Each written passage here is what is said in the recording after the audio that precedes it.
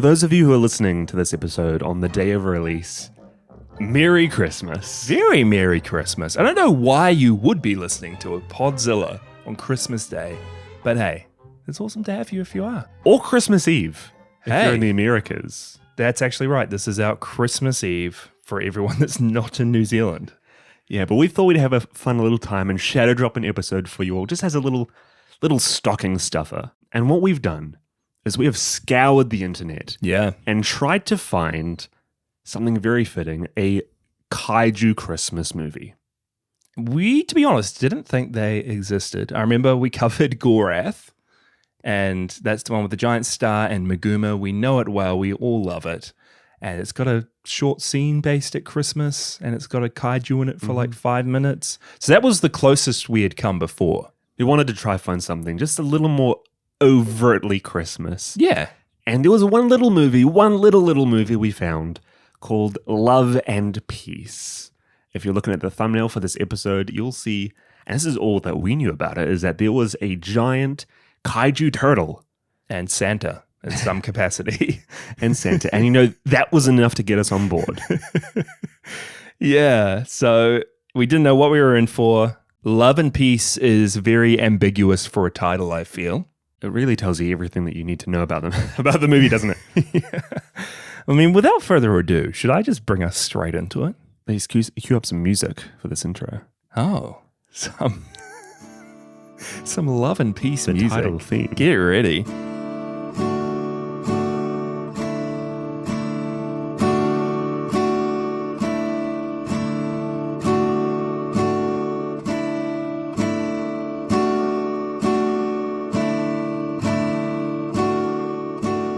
Ryoichi Suzuki, played by Hiroki Hasegawa, is an aspiring musician who works at a place that makes little components for musical instruments. The woman of his dreams, Yuko Terashima, played by Kumiko Aso, also works there, but fails to ever really notice him. Suzuki lives a pretty miserable life, always down on the dumps, always with stomach pains, always being late to catch the elevator. Suzuki is relentlessly bullied throughout his office and even the wider streets of the city, and the ridicule even continues on through his own TV. But he finally finds someone who loves him when he buys a pet turtle that he nicknames Picadon. Through a whirlwind of events, Suzuki shares his dreams with Picadon, that one day he dreams of winning Yuko over, of being a famous rock star, the sexiest man alive, heck, even playing a concert at the new Nippon Stadium. Picadon gets flushed down a toilet one day after Suzuki gets ridiculed and is discovered by an old man living in the sewers who fixes up and cares for discarded toys and unwanted pets. And the old man gives Picadon a little yellow pill that grants him one wish. Picadon's wish causes Suzuki to gain all the fame he ever wanted, and as Suzuki starts to climb higher and higher into stardom, he begins to forget what was once important to him. Oh, and Picadon also grows kaiju size after being fed another pill by the sewer man, who is revealed to have been Santa Claus all along.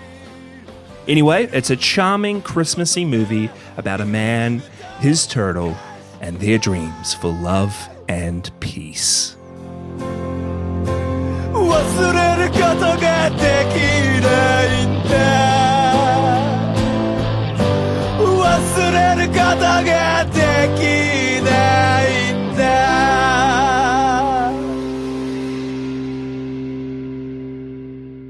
Love and peace, oh my war.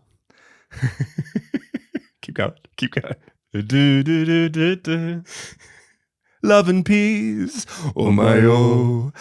Da da da da da da. Really hits me when you have the crowd singing that and the clapping. Dude, the times when he finally let loose his song.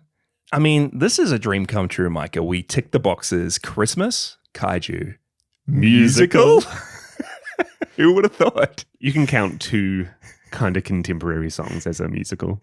I do love how it's classed as a musical, and it's like one song with 5 different variations throughout the movie. Yeah, because, I mean, if you guys have watched this, I would recommend you watch this movie and track it down. It is very festive. I think you can find it on our good old reliable friend, archive.org.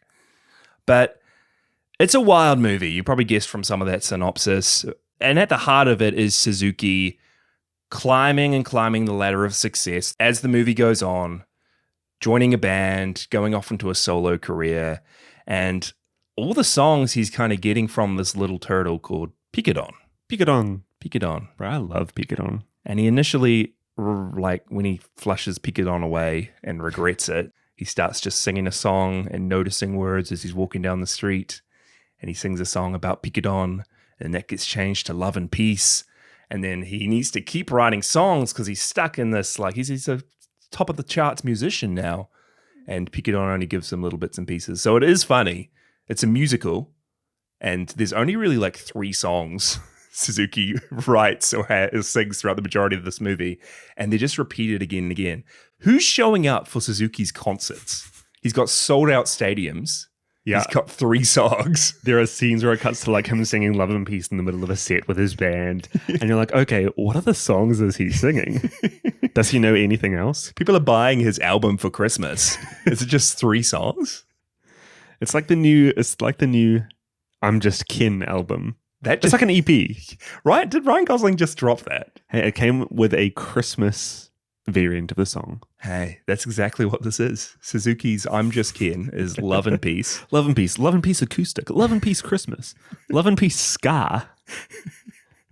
Yeah. But before he like gets all the success, he's really down in the dumps. He has no friends at all.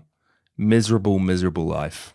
Bro, same. True. Me every single morning, stomach pains. After a long night shift. After a long night shift, going home and playing the game of life for 5 hours. Maybe you need a pet turtle. You know what? You're onto something here. What did you think of our main man, Ryoichi? I realized that I had seen him before. He is actually the main actor in Shin Godzilla, which was another pleasant surprise. Yeah. So we're going to see this dude again very soon. We're going to see him again very soon. I know in that he was like quite a put together, I want to say, I haven't seen the movie in ages. All I know about it is that he wears a suit for the movie, so I'm assuming he's some sort of He's very put together official. In that. He has a suit. He doesn't have a suit in this. What he does have in this is bad facial hair and the most grimace of grimaces. And just wet hands. He's walking through the streets with wet hands because he's been forget about that. Trying to fit them down the toilet to get his turtle back. Yeah, he's not the most well put together dude. I liked him. It did seem a bit extreme. Like this is not getting anywhere close to realism at all, any of this movie. Like everyone hates him. He's on the bus going to work. Everyone hates him. He's in the office. Everyone hates him. Everyone on the TV who are talking about the Olympics, they hate him. Specifically calling him out and putting up photos of him. I'm actually real curious if this is like meant to be an over-the-top movie for like family and kids and he just is being ridiculed, or if this is more of a, inside his mind, everybody's out to get him. There isn't a single person who likes him, even so that the people on the TV are putting him down. Yeah. Even so that literally everybody in his office is dunking on him. That's what I thought. That's what I thought it was going to be like. It was all in his mind, and slowly he's going to start to accept himself with the love of this turtle, and it will change his world. But it is very literal. Everyone literally hates him in the whole world. Then he becomes famous. Everyone loves him. And he doesn't really change much. My biggest issue was that his character doesn't really learn any lessons. Doesn't change at all. No. He does change. He stretches out his neck. He loses his smirk. And he becomes like a totally different like this is probably the number one most believable transformation I've ever seen in a movie. Like forget Miley Cyrus to Hannah Montana. Princess Diaries. Glow Up. This is Ryoichi to what's his name in this? I can't even remember. Something Rio. Yeah, Rio. Wild Rio, his stage name. He looks totally different. Yeah, but the main say throughout this is that his little turtle Picadon is the one who kind of starts getting him everything that he wants in life. Picadon loves him so much. So when Picadon gets this little wish pill, he just cares about Suzuki. Like I get that. Like they had some good times together, playing that game of life together, having Picadon run down that street of like the goal kaiju, the kaiju. Just imagine if you had a best friend, a best turtle pet yourself. You spend like a couple days with him. I had a rat. Imagine if you had a rat. Amelia? You loved this rat so much. I did love her. Then you flushed her down the toilet. I had to put her to sleep because she grew a tumor, but close, yeah. I don't feel like Picadon was... No. Like, Picadon was love-struck by Rio. Picadon- blinded by what he did. He was blinded. Suzuki was a terrible pet owner. Suzuki was never caring for Picadon and his needs. He was just like... He was using Picadon. Hey, Picadon, I don't care about what you're feeling right now, but hey, I want to be the sexiest man alive, Picadon. Remember that. The first chance of strife, and he gets Picadon out of the picture. Yeah, I know. And that is my issue, because he has a glow up. He becomes this real famous rock star, but he also becomes just a huge douche. Yeah. Like there's this girl that he liked in the office. What was her name? Yuko. Quiet girl that works in his office with him. She is a bit nicer to him than most of the others. If they stick stickers on his back that say hazardous waste, she takes them off. But like she's really nice. She obviously likes him when he starts getting famous. He obviously likes her back, but in the matter of time, he ditches her for all the hot woman of the rock star lifestyle, you know? And it doesn't really change. What changes at the end is he loses Picadon. He loses how he can get all his music and songs, and he goes back to normality, and then he takes Yuko back. Yeah. Oh, we don't necessarily see that. No, we don't. We see they have a little bit of, I don't know if you'd even call it like chemistry. A little bit. They sit down together and have a glass of wine, and that's about it. He's still awkward as. Yeah, no, I'm with you there. The end of this movie, Picadon ends up turning into Big Kaiju. Yeah. And Picadon's still love-struck. Never once do we see that Picadon teaches him any lessons. He ends up just parroting to Rio. Yeah. All the things that he said to him. Yeah. Which apparently is just enough for him to drop his worldwide lifestyle and go back to sulking in his apartment. Like, Yeah. he didn't learn anything. He goes back to exactly how he started, didn't change, didn't learn. Hopefully, because Picadon comes back at the Picamon. end. Picamon comes back at the start, and he's a little turtle again. So hopefully, you know, Suzuki would treat him a bit nicer this time around. Maybe they'll play some Game of Life together. What did you think of Picadon overall? Because this is our... Bro, I love Picadon. a turtle. I love Picadon. This is our turtle. We have little turtle, actual Picadon, and then when he goes into this little sewer Christmas Santa cave, Wonderland. that reminds me a lot of Gremlins. Yeah. So much of Gremlins.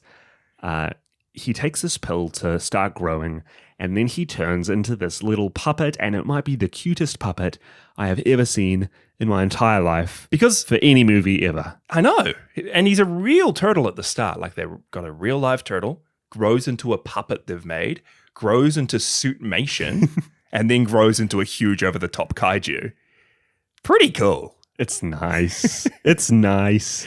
And Picadon has the cutest voice. Love and peace お前を忘れない He's actually voiced by, I think it's pronounced Iku Otani, who voices Pikachu No way. and Chopper from One Piece.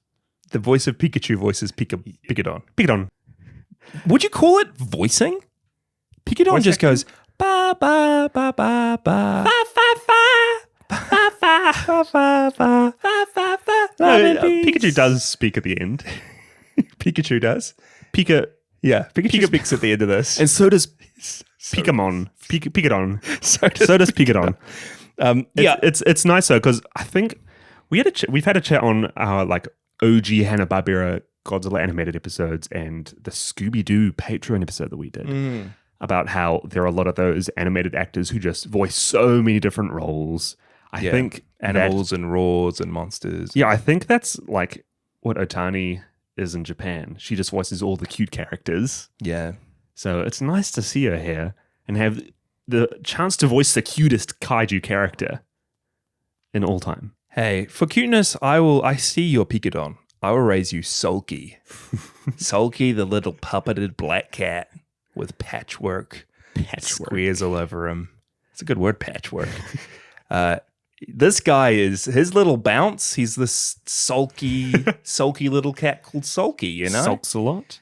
I liked him. Then we also had Maria, the little doll that befriended Picadon. Yeah, and then like PC 900 or something. Some A robot, terms. a lot of live dogs and cats. Yeah, we get to the scene underground where it's like Teenage Mutant Ninja Turtles. Picadon takes a little flushed away trip down the toilet, and he ends up in this little sewer cabin. And we see this man called Pa, who later we find out is Santa. But there's just so many animals and toys in this cabin, and like so much puppet work, but also actual animals. And I was impressed because they all seem to be really behaving themselves. Like the cats are just sitting around waiting for their cue. Yeah, I can't believe it. There are scenes where, as well as cats in a scene, you have owls, rabbits, Reindeer? parrots, guinea pigs, reindeer, monkeys. There's a monkey. Yeah. All just jiving together and having a good time, along with all Decorating these the Christmas tree. Like, I don't know how they get all these animals on set. One, to behave with each other, but then two, to behave with all this puppetry that's happening. Yeah, it's really good. As well. Like, these scenes are a real feat of like artistry and how they actually managed to get all these elements together. Yeah. It was cool. It was definitely my favorite bits of the movie. I mean, it's a weird, wild movie. There's so much to love about it. But I really liked Picadon and this troupe of animals and puppets. And I mentioned it before, but when Picadon grows bigger and bigger and turns into this like human-sized turtle, he's a guy in suitmation.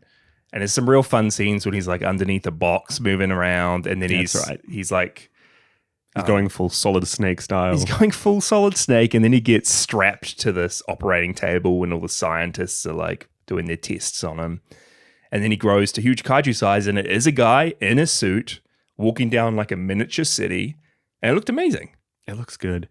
I know that little street crawl, they took like 6 whole days to film that. Really? And that big final building that he crawls up, the Tokyo Metropolitan Government Building, they had to build like a huge 1/25th scale of it, which you have little Picadon in his suitmation suit just crawling up this huge building. Yeah. And how wild is it that building just gets totally destroyed while Rio's having his concert? No one notices. The news reporters, we see flashes of them talking about Picadon's destruction, and they're like, so far no civilians have been injured. There's been enough time for them to all evacuate. The biggest government building immediately starts crashing down, and like I feel like this is like the Japanese equivalent of like the 2 towers happening right behind this stadium. I know. It's crazy. There's so many pillars of fire just throughout the city as Picadon's just slowly walking through. And I was like, oh, everyone's alive, are they? No casualties. That's very nice and happy. There's no way. There is no way. It's the most juxtaposition I've ever seen. You have Picadon in his suit. You have tanks, explosions, and guns. And then in the background, there's just this like carnival music. The jauntiest tune I've ever heard. I couldn't stand that tune. That plays like constantly throughout this movie.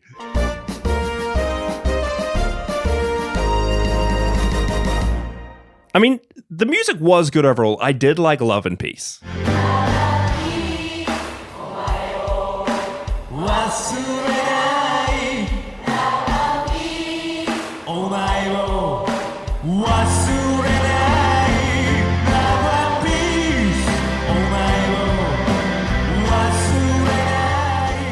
Love and peace.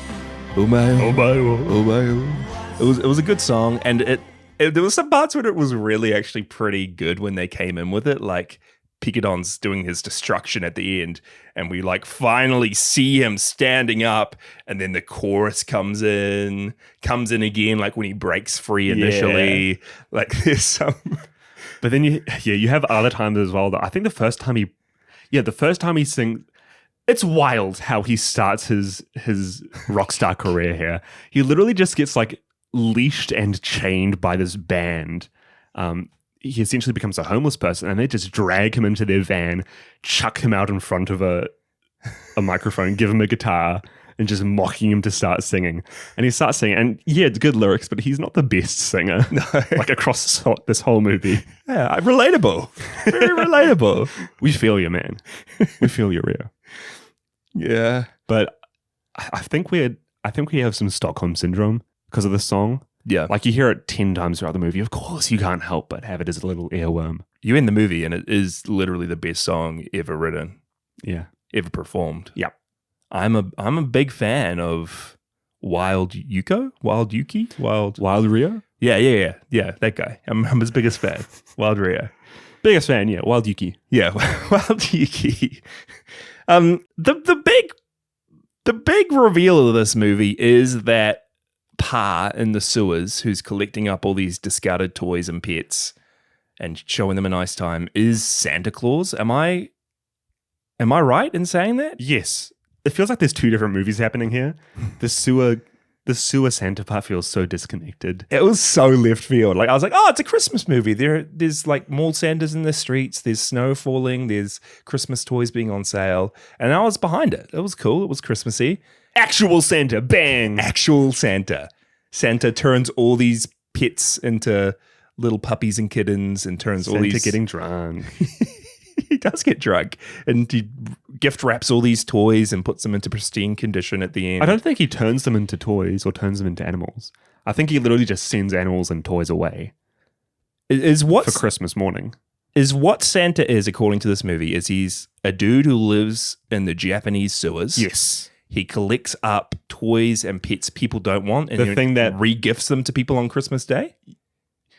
Well, yes. That's what we find out what was happening. There's a scene... I thought this movie took a real different turn for what it did.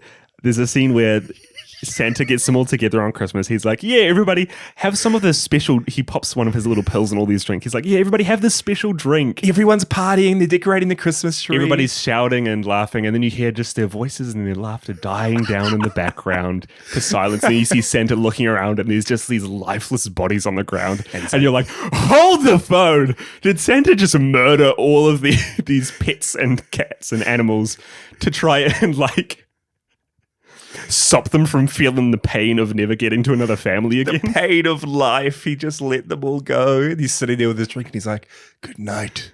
Sleep well, little pets and toys. Yeah, I was like, what is going on? Drunk Santa is just this murderer.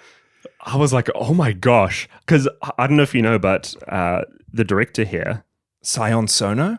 I've seen one of his movies before. Have you? What have you seen? Prisoners of the Ghostland. It's a Nick Cage movie that is just as weird as this. So I think he's known for making like real out there weird Japanese cinema. I know he has like somewhere between like 6 and 8 movies that he did at the time of this one, but he's usually the person who does like really kind of raunchy, kind of like quite dark. Yeah, I saw some of the titles. Yeah. Like some of them are like 4-hour-long introspectives. And then he makes this one. It's like, oh yeah, nice family kaiju film. As I thought he was going to go back to his roots for a second there and be like, oh, we're going kaiju and bad Santa. Bad Santa. Yeah. I mean, that part didn't really work for me. The two things that didn't work for me in this whole movie was the weird Santa stuff. I get what they were going for, that he like gives all the toys and the pets a second chance. Like that's a real nice story, right? If you have a kid, show them this movie, they're like, oh, my discarded doll that I used to have, it's probably being regifted by Santa to someone else. It's like Miracle on 34th Street a little bit, how you have the dude who ends up being Santa. But it's just... Because there's one of the dolls in this, Maria, she has her own like little side story. Yeah, that she wants to be... She finds her old owner and wants to be a doll in the shop again. But at the very end... This is Toy Story. It's Toy Story. This is a Toy Story. At the end, she's being held by Santa and she's like, this isn't the first time you've done this, is it, Santa? So she obviously has been like discarded multiple times and then just keeps getting regifted. Yeah. Poor Maria. Man, poor Maria. But yeah, that part was just weird. Like, I loved how it gave Christmas vibes when it went really literal Santa toys. Very strange. And then I wasn't completely behind Suzuki's whole transformation or lack of. But the music was great. Loved the music. Love and Peace. I'll say it again. Best song ever of all time. Definitely best song of December 2023. And I just loved how weird it was. I love weird films. This was so weird and goofy. Yeah. Crazy. Yeah, a few different things this movie. I don't know whether to take it real literally or like it's trying to say something about, Christmas consumerism, how the kids always wanting the newest toys. Hey, newest turtle. The newest turtle and fame and stardom getting to your head. but then it kind of doesn't resolve those in the best way either. But you get like 5 minutes of kaiju action here. Yeah, that's good. And I really adore all the puppetry and all the tokusatsu elements of this film. It did feel like a love letter to it all. Like this director obviously loves that kind of stuff. He really wanted to like showcase it in a movie. Yeah. Even at the end when Bigodon's on his rampage and it's cutting back and forth between like miniatures made to resemble the real street and miniatures made to resemble the like Game of Life Monopoly board that the little turtle was on at the start. That was pretty creative. And like at the end of it, if you remember back to the Game of Life, there was the final decision that Bigodon had to make whether, he went through the whole way, he got lots of money for Rio, and then he had to choose between staying on the rich path, or becoming poor again, but getting the medicine. Hey. And maybe that's what this is. Maybe he brought Rio right back down. But he's in a better place now.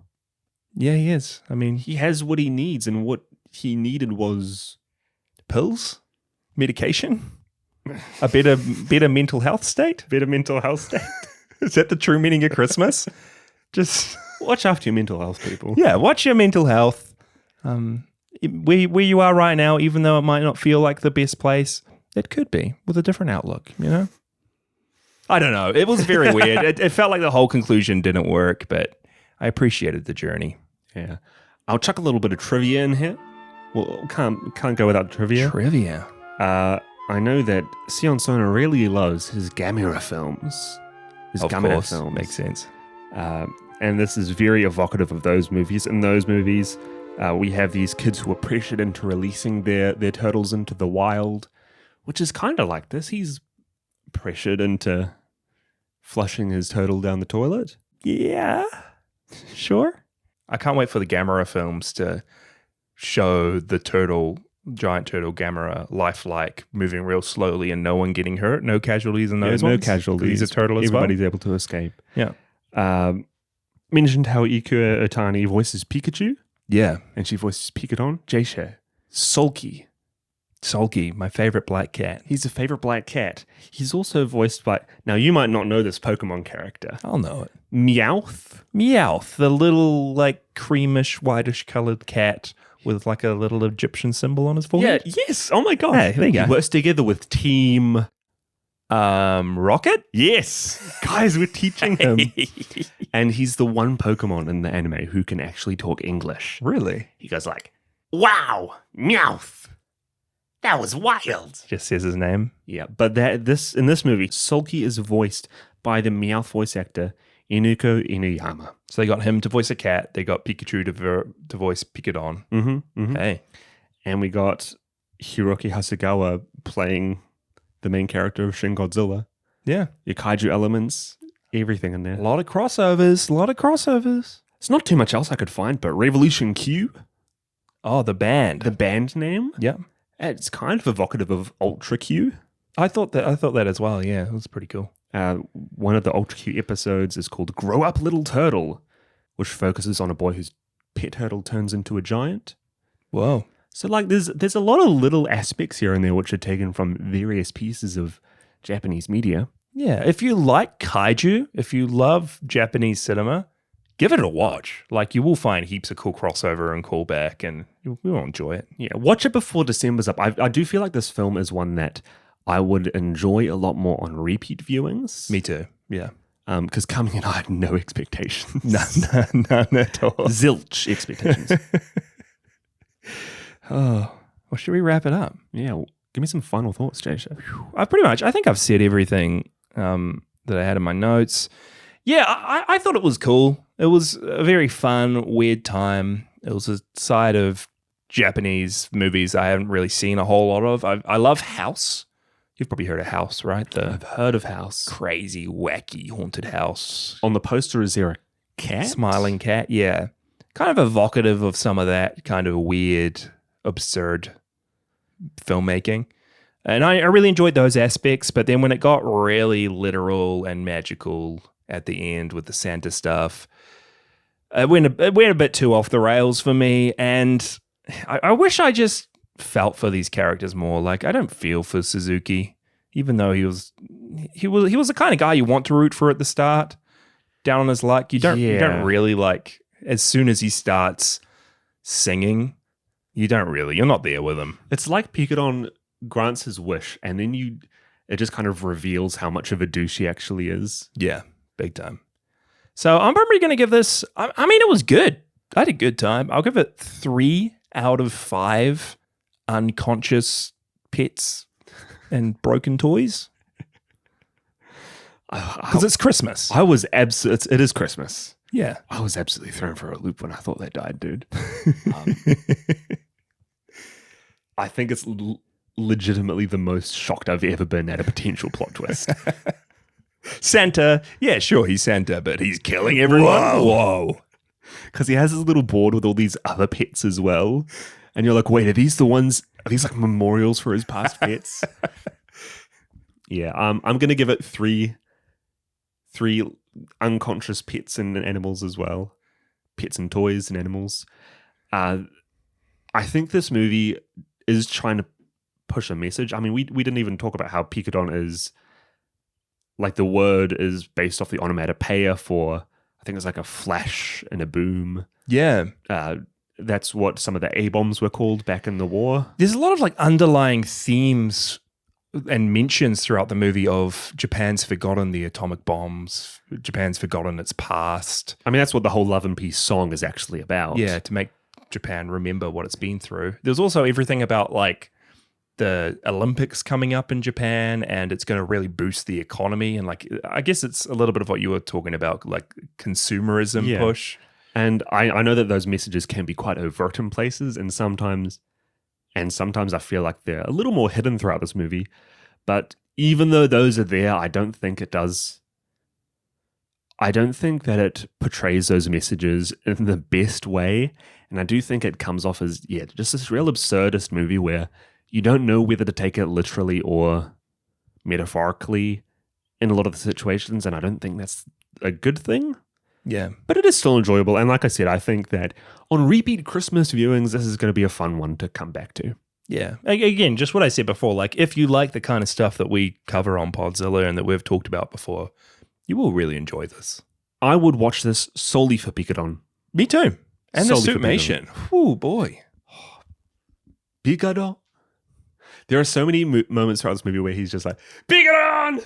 Picadon! Picadon! He's like grabbing turtle guitars and he's thinking it's really Picadon. Picadon!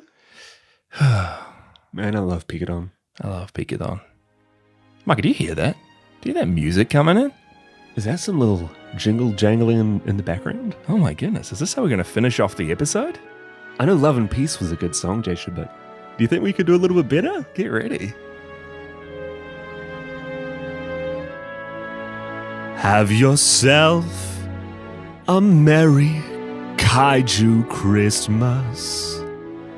Behold Godzilla's might.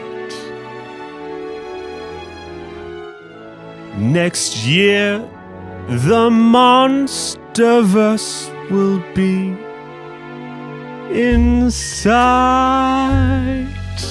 Oh, that's a hard act to follow. Let's try. Have yourself a merry Kaiju Christmas. January 2 G-Day. We can't wait for you to listen and to press play. Hey, and maybe even give a little rating if you'd like to. This year, we've had Biollante. We have. We've had -1 and more. Many more. Treasured guests have jumped on with us, and in space there was a war. There was indeed a war in space. That's right. But the best thing is we've all been here together, crowding round the mic. I don't know if everyone has been, but hey, you could join the Discord if you would like. Links in the show notes, just if you wanted to check that out. So have yourself a merry Kaiju Christmas now.